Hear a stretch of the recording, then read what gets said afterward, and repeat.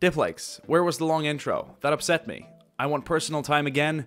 Special therapy talk with Diplex. Welcome back to Men of War Assault Squad 2 and Rob's Realism mod. As you might have figured out by now, I'm featuring comments from older videos. This one felt especially relevant because, well, I want to stop rushing through my intros. I'm not saying they're gonna be long from now on and forward, but I do realize a large, silent majority actually do enjoy my sometimes quite off-topic rambling. Also, I wanted to apologize for not uploading any videos for about a month. Well, I've uploaded videos, but none of the regular stuff, you know, and when I stop uploading, it's because I'm in a bit of a rut. I tend to end up in a rut quite easily. Late nights can, you know, push me off track, and that ruins my sleep, that ruins my exercise, my diet, everything, and before I know it, I haven't uploaded a video in a week or so because I felt bad. Now, November was particularly bad for me because of a lot of personal reasons. I feel like it's getting better, though. If I can set everything straight, I'll be able to upload these videos daily, so that's not a problem. Hopefully, we're gonna have a good end to this year because I've got some very exciting news for us beginning next year. It's gonna be awesome. Anyway, guys, I do hope you enjoyed this Men of War Assault Squad 2 video. It's gonna be pretty sweet. I hope you enjoy. Ciao. The battle has begun, or it's about to begin any second now, and you can hear those massive engines coming out of the mist here on the left side of the screen. That signals, hey, this is a pretty serious assault. So in the first wave, we have one Jack Panther that just fired its massive 88, 2 Stug 75s, assault guns, and 4 half-tracks carrying about 40 men, Panzer Grenadiers to be exact. We have some German supporting artillery firing at the first defensive line as well. The infantry is going to dismount, and the armor is going to provide support. So there is little to no cover for the infantry advancing. There are a few changes to terrain alteration, or altitude, you know what I mean? Like there's bumps and ditches, but that's about it. Oh, that guy was hit head-on by a bazooka. Other than that, the infantry is going to have to rely on German armor to advance behind and to provide cover. So the half-tracks are going to move up as well to try and avoid some of that artillery fire. A mortar shell landed right next to the Jack Panther, but it's fine. How's it going here on the opposite side? This Stug has been taken out, and the crew is right now taking cover behind it. We've got a few casualties out here in the open. Half-tracks moving up to provide cover for the infantry. This is just an awesome battle so far. I wonder how many of the US AT guns have been knocked out so far. This one is out, and I do believe the one here on the left side has been taken out as well, but there are still bazookas and plenty of small arms in the trenches and foxholes. The rear 57mm just hit this Stug, but it's still fine. It's dodging some artillery. Oh, that second shot took out the tracks, probably part of the engine as well. And I believe the heavier 155s are going to start firing soon. Oh! That bazooka nailed it. Jack Panther probably took a hit to the ammo rack on the side armor. Could not withstand that penetrating rocket, and it's down in a huge explosion. That's going to leave a burning wreck on the battlefield. Half-tracks are moving up now to try and avoid the artillery fire. They're probably panicking, and also they're being like brave here to try and support the infantry moving up behind. So this is quite honorable of them and brave to move up against all the small arms. You know, they have open hulls. US infantry can shoot the crew members or throw in hand grenades and stuff, so they're very vulnerable up close. We've got a few tank men here by the Stug taking cover. I'd get away, but, you know, they probably would rather take the risk of being killed in an explosion instead of moving out in the open, being shot dead by the US infantry. So we have half-tracks advancing on the left side. They're using the road to get into the town. Infantry is moving up here. The second wave has been deployed. We have a Panther, Panzer IVs, and more half-tracks carrying infantry. Hear that engine, man. That's awesome.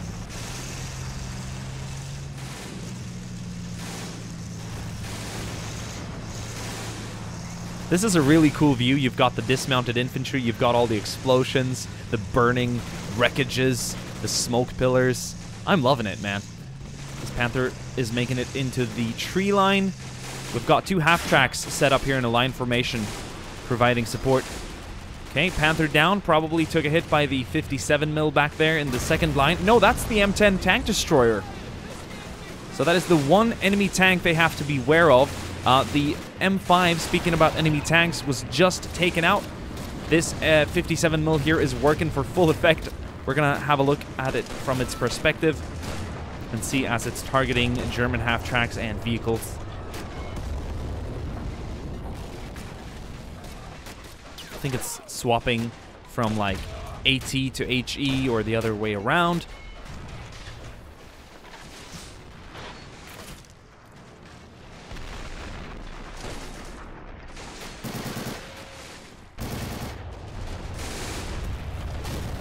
Third wave has been deployed. The Zugers are trying to disable this Panzer IV. It took out the tracks, part of the side armor, but it's still acting as a static gun. Infantry is moving up behind. So far, the 155s have not come into effect, or have I spoken too soon? I do believe they have. I think we just missed a barrage here on the right side. You can hear those guns in the distance. Listen. Listen. Oh. Just hear those guns echo throughout the battlefield.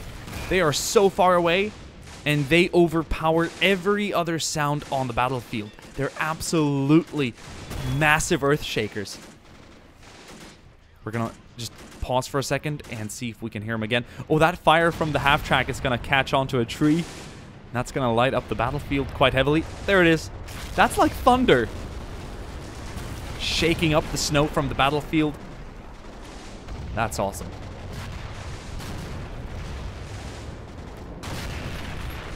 So right now those guns are targeting the grouped up infantry in the tree line here. And the third wave, as I said, has been deployed. We're going to take a closer look. We've had about a company, Jesus, non-stop relentless fire support. It's going to get tough from now on. It took a while for those 155s to come into play. US spotters or whatever, it took time, but that's to be expected. Now it's going to be a non-stop hell for the Germans on the ground. Look at the amount of infantry, though. We had about 8 or so half-tracks drop off, nearly 100 men. Probably close to 10. I think we had a few more on the flanks. And here in the center, we have a King Tiger, accompanied by this company of Panzer Grenadiers. Right now, they're rushing for cover in the tree line, but they are taking so much artillery fire. This King Tiger is going to have to move up to provide support, though. We have a few more Panzer IVs moving in as well. Here's a Stug. Oh, but those half-tracks, even with near impacts, are easily knocked out by those 155s. So this is a bit of a tank graveyard here on the right side. And things are quieting down for just a second as everyone's getting their bearing. Infantry is starting to appear out of the tree line. We have US infantry here in the foxholes doing what they can to hold back the Germans. We can see muzzle flashes all along the tree line, firing at these US soldiers out here in the open. This is pretty awesome, guys.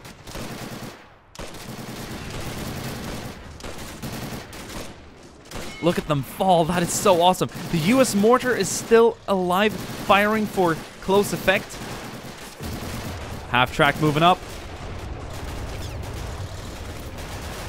No signs of any US reinforcements yet, and the King Tiger is rolling in between the two defensive lines. It is coming out of the tree line, entering the town. That is so awesome.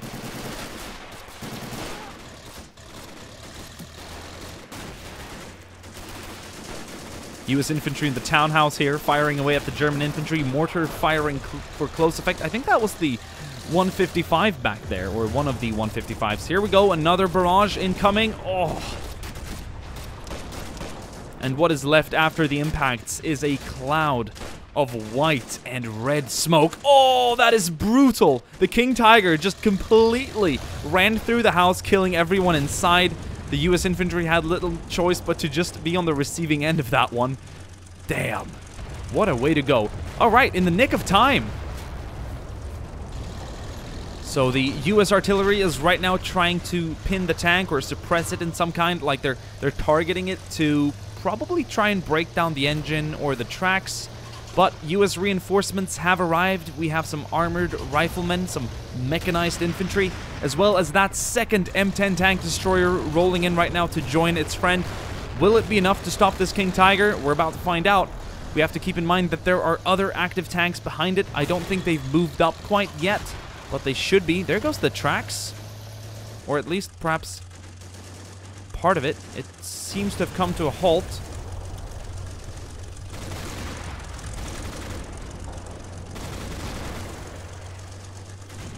Ooh, M10 just missed, fired right over the turret.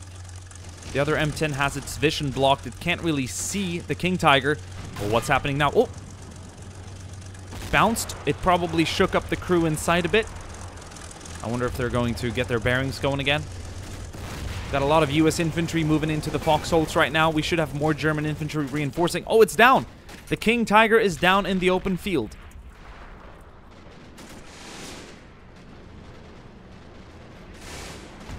Right now, this is just a firefight now between infantry, as most of the armor has become ineffective.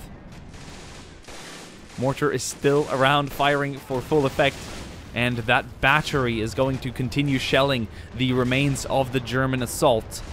I think right now they're hitting the right flank mostly. Out here in the forest edge, look at the craters left behind. Oh.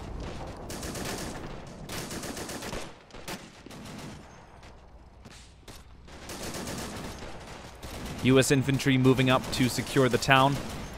So be sure to stay for the end of the video, where I am going to do a speed run of this battle without any US artillery support, except for the mortar, of course. This is so cool.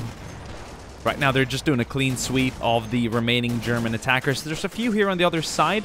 There's a few combat active half-tracks, but I mean, this attack has been stopped. That's one thing for sure. And right now there's just casualties and tank wrecks all over the place. Plenty of destroyed half-tracks. Plenty of tanks that don't even resemble tanks anymore. What an absolute crazy battle. And it all kind of came to an end here as the King Tiger was disabled out in the open. Not sure how combat efficient this super heavy tank was today, but alas, it's down. Anyway, guys, let's have a quick look at casualties before we move on. We're going to mark the German casualties in yellow. We're going to mark the American casualties in red. So they took plenty of casualties all the way back here. Many here in the town. This field back here behind the first line is littered with dead US troops. So they've taken a lot of casualties today. Of course, they have been outnumbered throughout the entire fight. But, yeah. They've made up for that disadvantage using the 155s. And that was kind of the whole point of this video. But yeah, as you can tell, plenty of dead German troops here in the tree line. Not so many past it, because they didn't really get past the tree line. A lot of casualties out here in the open. And I do believe that 81mm mortar is responsible for a lot of these casualties, or a lot of these casualties in general. So yeah, it's going to be pretty cool to see how much damage the guns actually did.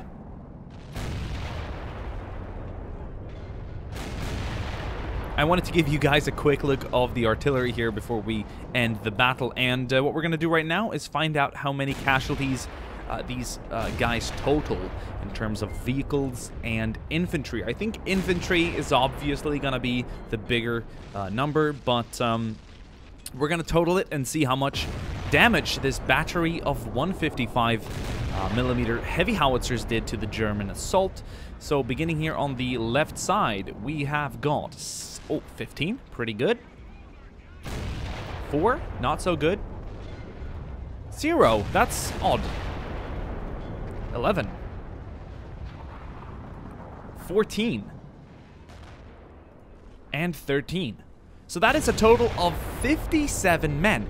57, that's close to 60. That's about 2 platoons, or almost 6 half-tracks worth of German infantry. So imagine if the Germans had that still, and they had never fallen to the battery of 155s. Could it have changed the battle? Possibly, and that's what we're about to find out during the outro. It's going to be a sped-up clip of this same battle minus all these guns, and we're going to find out if the Germans could achieve victory without this US artillery support. Of course, in addition to these 57 men, there was an additional 4 vehicles destroyed. I do believe probably 4 half-tracks, could be 1 tank and 3 half-tracks. We don't exactly know, but if one of these 155s score a direct hit with an HE shell in the right spot on like a Panzer IV, it'll probably knock it out, not gonna lie. That's how much power it is. Of course, it's hard to aim because these are howitzers and you're not meant to fire direct like that, but still. Right, guys, we're gonna wrap this one up, and I'll see you guys in a minute.